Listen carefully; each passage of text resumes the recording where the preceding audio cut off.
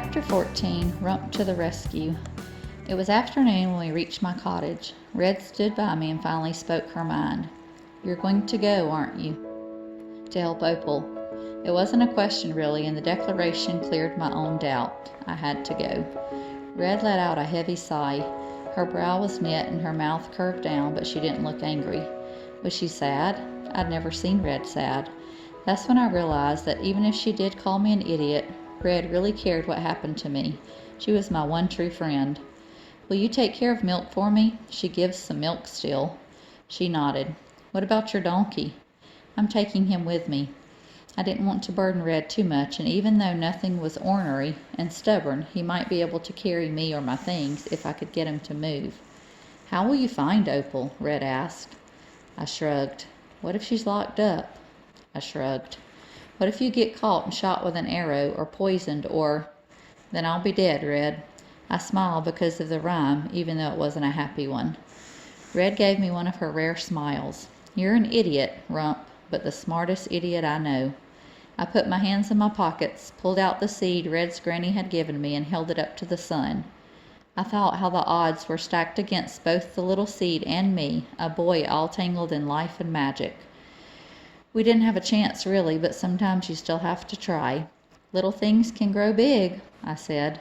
"Under the right circumstances," said Red, and she bent down and dug up some cold earth. I placed the little seed in the hole and we covered it up. After Red left, I stuffed just a few things in a satchel: a dry loaf of bread, some biscuits, a skin of water, and my mother's bobbin from her spinning wheel. I knew that it wasn't the reason for my magic, but I wanted it with me. A little piece of Mother, a piece of home. I wished I could take a piece of Gran with me too, but there was nothing. I would have to carry a memory. It was late afternoon, and I walked through the village toward the road that led down the mountain. I stopped once and looked back on the village. I had never seen it from this view. The houses were stacked in jumbled clusters up the mountainside, some so lopsided they looked like they might slide right down. Smoke rose from the chimneys, and windows were lit with candles. The mill stood above all the houses, the biggest building by far. High above the village were the mines that I had worked in my whole life. I had never been anywhere but this village. Even though I knew there were other kingdoms and villages and probably mountains all over the world, this had always been my world. I imagined my mother leaving yonder and feeling the same. In my mind, I thought I would not be gone for very long, but in my heart, I felt like I was leaving on a great expedition. And if I ever returned, I would be very different. I hoped I would be different. I was leaving the mountain at last. True, my leaving might have sounded far grander if I were leaving a place with a real name, like Oceanloft or Asteria, but I left just the same. It all sounded so big and adventurous, but my lofty sentiments were squashed before I had gotten even halfway down the mountain. Nothing didn't carry a thing. Instead, I hauled him. It was about as fun as playing with pixies. When I tried to ride him, he either wouldn't move or moved so fast I couldn't hold on. Then he stumbled and I fell off. I ended up pulling him the whole way while he bellowed and spit in my ear. When I finally reached the bottom of the mountain, it was night. Luckily there was a little moonlight, or I wouldn't have been able to see at all. I met a man driving a wagon and asked him how far it was to the kingdom and what direction. He pointed in the direction I was already going and said it was a good 12 miles. My heart sank. "I would gladly give you a ride in my cart," said the man, "but your donkey doesn't look like he'd keep up with the horse." "No," I said, "he wouldn't." I wanted to kick nothing. Maybe I could just tie him up here and get a ride anyway, but then someone might steal him. Worthless as he was the only company I had on this journey. I gave another tug and we plodded down the road. After an hour I was starving, so I ate all the biscuits in my sack. We found a stream to drink from and some early spring grass for nothing. After that he settled right down in the grass and didn't want to move. I pulled and pulled, but he just bellowed. I got on his back and kicked him as hard as I could with both legs. He still didn't move. I pulled out my mother's bobbin and poked his side with it. He bellowed and jumped right up and started trotting down the path, with me hanging on him sideways. Nothing carried me only a few miles before I had to start pulling him again, and after another hour I wondered if the man with the cart had been mistaken and it was really 20 miles or even 30. I had no sense for distance. Maybe I wouldn't get there by tonight, or something really awful would happen in the morning. What would the king do to Opal and her family if she didn't spin the straw into gold? How could I go back home if I failed? The road widened and small houses started to appear, their windows all dark and quiet. It must have been very late, but the houses gave me hope that I was close to the king's city. The houses got closer together and smaller, and then very close and stacked on top of each other. They looked like little towers made of rubble that a wind might blow over. Then they spread out a little and got bigger, a lot bigger. The road began to wind and curve up a steep hill, and at the top there was a giant stone wall. Beyond that wall was King Barf's castle. Opal was there. Nothing would not go up the hill. It was almost as steep as the mountain, and no matter how much I poked and jerked and kicked, he wouldn't budge. So I reasoned that if he wouldn't budge for me, he wouldn't budge for anyone else either. I left him on the side of the road by a tree, and I hoped a swarm of pixies would bite his bony, stubborn rump. Halfway up the hill, my courage started to drain with my energy. In all the excitement of being a hero, I hadn't thought any of this through. When I started my journey, it was as if all the obstacles in my way weren't really obstacles at all, just minor annoyances. But when I reached the top of the hill, I realized that they were definitely obstacles, and big ones. The castle was surrounded by towering walls with closed gates, and soldiers guarding those gates with spears and bows and arrows. Would I be a coward if I went back down the hill? What would Gran do? It was a silly question. Gran would have never gotten into this mess in the first place. Oh, how I wished I could talk to her now. I needed to think. I thought about what it was in my way and what I had to do to get it out of my way. I needed to get to Opal and the castle, but in my way there were guards and spears and arrows and a stone wall and possibly more of that beyond the wall. What did I have? An ornery donkey stuck at the bottom of the hill, a dry loaf of bread, and an old bobbin. And one more thing. In that very moment, a miracle happened. A horse and a cart came up the hill, and the driver hopped down to speak with the guards. "Straw deliveries to go to the stables," said one of the guards. "Other side of the castle." "This 'ere straw ain't for no stables. This is for a chamber. Had an order for it to be brought this way." "Tonight?" "I've got a letter." Straw for a chamber? That had to be for Opal. The guard looked down at the letter that the man was holding out. While they spoke, I crept to the back of the cart, unseen by the guards or the driver. I pulled myself up and dug myself into the straw until I was completely hidden. In a moment I heard the gate squeak open and the cart rolled forward. I almost laughed. The cart ambled on for a minute, but then when it stopped I heard the driver unhitch the mule. The driver spoke with probably more guards, and then I was pretty sure we were inside the castle because everything started to echo. The straw was scratching at my arms and neck and everywhere. I struggled to remain still, and the itching stirred up an uncomfortable memory, also involving straw. It had happened a few years ago. I was hiding from Frederick and Bruno in a barn behind a huge stack of straw. They were mad at me because I had sneezed really loudly in the middle of their older brother's wedding, right at the quiet part. So Frederick and Bruno were chasing after me, trying to light my pants on fire. I guess I should have realized that a haystack is not a smart place to hide when you're running from fire. The whole barn burned down and I barely made it out alive. Needless to say, my pants did catch on fire. The memory made me shudder. I suddenly wondered that I'd jumped into this pile of straw so readily. Finally the cart stopped and the man knocked on a door. A few muffled exchanges. I heard a woman's voice, Opal's maybe. Suddenly I was tumbling out of the cart, rolling in the straw as it came down. The straw still covered me on the floor, and I heard the cart trundle away as the door shut. I was just about to peek when I felt hands digging into the straw, pulling out big clumps. I froze, and then someone grabbed my hair and yanked. I yelped and flopped out of the straw, hitting my head on the floor with a loud crack. "Oh!" said a voice. I looked up and saw a woman standing over me. It was not Opal. The woman had a feather duster and a rag tucked in her skirt.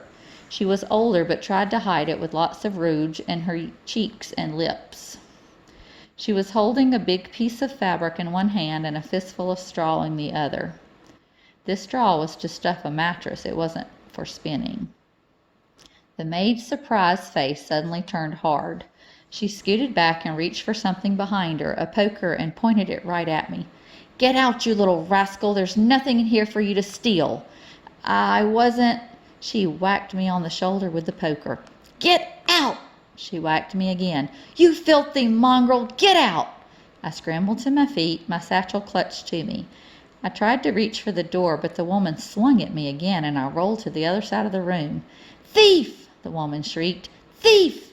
I ducked as she jabbed at me again. "Thief in the castle!" She lunged with the poker until I was pressed up against a window. A window? I hadn't gone up any stairs, so the ground must be just below. I fumbled behind me until I found a latch. The window flew open and I tumbled out, landing flat on my back. All the air was knocked out of me and sparks flew in my eyes, but I had to run because the maid's bellowing was sure to bring the guards after me any moment. I ran along the castle wall until I found some bushes to hide in, and then I dove in. Arr! They were full of thorns. I held still and didn't breathe.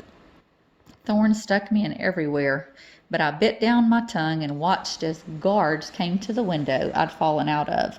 A few jumped out and walked around searching. One came to the very bush I was hiding in, but it was so dark and I was so still he didn't see me. Soon they were all gone. I forced myself to wait in the bush a little longer, and while I did, all my pain sank in. My head and back were sore from the fall, my shoulders stung from the maid's whacks. I had needle thorns sticking in my head and arms, but most especially in my bottom. Destiny can be so cruel. I looked to the sky, wondering how long before dawn. The sky was still dark, but there couldn't be more than a few hours left, maybe even less. How much straw had the king given Opal to spin? How long did she have to spin it? I'd better find her fast. Slowly I crept out of the bush and tried to remove all the thorns. The earth was wet and squishy beneath my feet, so my steps made squelching sounds. I froze and waited for movement or noise. All was still. Heroic rescues are not as glamorous as people imagine, I thought as I squished along in the muck. The next step was to find a tower. I was sure Opal would be locked up in one. In grand stories, damsels in distress were always trapped in towers. That was the point of towers, so no one could rescue you unless your hair was a mile long. Opal's hair wasn't that long, so how to get in? There were many towers in the castle. Which tower? Think. Most of the windows were dark, but 2 towers had lights in them that I could see. I considered the location of each tower. They were on opposite ends of the castle. On one end was the main gate to the castle, where the king and the queen and the other royal guests made their grand entrances. On the other end were the stables and blacksmith, where there were piles and piles of straw. If you needed to fill a room with straw, it would be better in the room where near the straw. I approached the tower on the stable side. There was no one around, not even guards, which seemed odd. I put my hands on the tower wall, feeling around. A few stones budged. I could fit my hands easily in the cracks. I pulled one stone completely out. You'd think someone as rich as King Barf would keep his castle in better repair. There were so many holes and loose stones. But I suppose King Barf didn't worry much about the outside of his castle. He probably paid more attention to the inside, where all the gold was. I started to climb. It wasn't so difficult, almost like climbing a tree. I just had to test each hole to make sure it would support my weight. Being small and skinny was really working in my favor. If I were a hulking, armor-clad hero, the tower would have crumbled like dry bread. Tired and out of breath, I finally reached the window. Mercifully, it was open. I heard whimpering and sniffling. Someone was crying. It had to be Opal. With the last of my strength, I pulled myself up, slid over the windowsill, and flopped on the ground like a giant slug. "Oh!"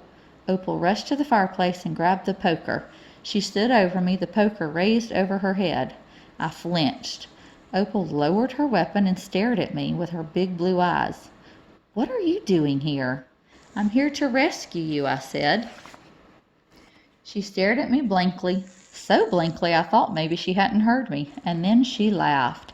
She laughed and laughed, high and shrill, and finally she snorted. "Aren't you the one called Butt?" It wasn't exactly the heroic welcome I'd hoped for. Rump, I said. They call me Rump. Rump, she said, holding back a laugh. Rump, my hero? Then she burst into more laughter. She leaned over, holding her stomach. She heed and haw-hawed and giggled-gaggled and fell into the straw, rolling in it like one of her brothers. And then suddenly she was crying. Not just whimper, sniffle, snuffle crying. Her whole body heaved with sobs and snot ran down her face, and she didn't even bother to wipe it off. Help! Me? You? She sobbed. I'm supposed to turn all this straw into gold because my father told the king I could. I was getting nervous about all the noise she was making. What if someone came into the room to see if she was all right? Opal sobbed again. Why did he do that? Because I can spin the straw into gold, I said. Your father knows I can. I think that's why he told the king. He didn't think he would take you away. He thought the king would just ask for more gold. Opal stopped crying and wiped the snot from her nose on her sleeve. You? The gold? You can spin the gold? I was surprised that she was so surprised. Had she never seen the gold before? Hadn't she wondered what I'd been trading for food all those months? Yes, I can spin the gold. Opal wrinkled her nose as if I smelled rancid. Prove it. Spin all that to gold. She pointed to the heaping pile of straw in the corner. It was more than I had ever spun at once, maybe 3 or 4 mattresses full. In front of it was a spinning wheel, big and shiny, the wood freshly carved and polished. Well, said Opal. She was tapping her foot impatiently. What are you waiting for? She didn't look so sweet or innocent anymore. I sat down at the wheel and took a few straws in my hand. I could see things through Opal's eyes now, how ridiculous this seemed. Me spin straw into gold? How could a small, foolish boy possibly do such a thing? I had thought myself a great hero, but now I saw how silly I looked. With shaking hands, I fed the straw through the wheel and spun, holding my breath, ready for it to break and fall to the ground just to mock me. Whirr, whirr, whirr. Gold wrapped into the bobbin. I released my breath. Opal gasped and clasped her hands into her mouth. Her eyes showed that same greedy grin I knew so well from the miller. She reached to touch the gold, but my hand came down over the bobbin. What will you give me? I asked. Give you? I have to give you something? You want me to spin a pile of straw into gold for nothing? Well, what do you want? I thought of all the things I wanted. More food on the mountain, a horse to replace nothing, more hens, a family, my whole name. But the mere thought of asking for anything made my tongue swell and my mouth clamp shut. Just as the witch had said, I could make no request, only beg and take what was offered. What will you give me? I asked. Opal wound her tongue around her mouth, eyes blank. She put her finger to her lips and her hands on her waist. Oh, bother, what was going through her mind? I was beginning to suspect that the name Opal bestowed a destiny that gave you lots of looks, but maybe not so many brains. Finally, she felt at her neck. I will give you my necklace, she said, and relief washed over me once again. My father gave it to me, and it's made of pure gold. Probably gold I spun. I took the necklace and stuffed it in my pocket, breathing deeply. That wasn't so bad. Shut the windows, I said, getting down to business. They were still gaping open from my arrival. I like the fresh air. The straw makes me sneeze. I'm going to make a pile of gold. Every pixie within a mile of here will be swarming this room if you leave those windows open, and that will probably be worse than a sneeze. She scowled at me and shut the windows. I began to spin again. Whirr, whirr, whirr. Bit by bit, I worked on the pile of straw. As it dwindled, a stack of gold took its place. Opal watched, transfixed for a while, and then fell asleep on the floor, a skein of gold clutched in her hands.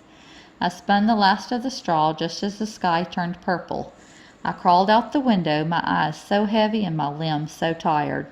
I had to concentrate extra hard just to make my fingers grip the wall. I had done my duty and now I could go home, but first I needed to eat and rest a little. I made my way across the castle grounds to the stables, where I ate the rest of my bread from my satchel. I was so thirsty I drank water from a horse's trough. The horse didn't seem to mind. Then I found an empty stall and made myself a nest of straw. I was becoming quite fond of straw. It's comfortable to sleep in, and pixies don't like it. Straw is better than gold, I thought. Just as I was drifting to sleep, I swore to myself that I would never spin again. Never. And I didn't want to look at gold ever again. But I was very tired, and I wasn't thinking clearly.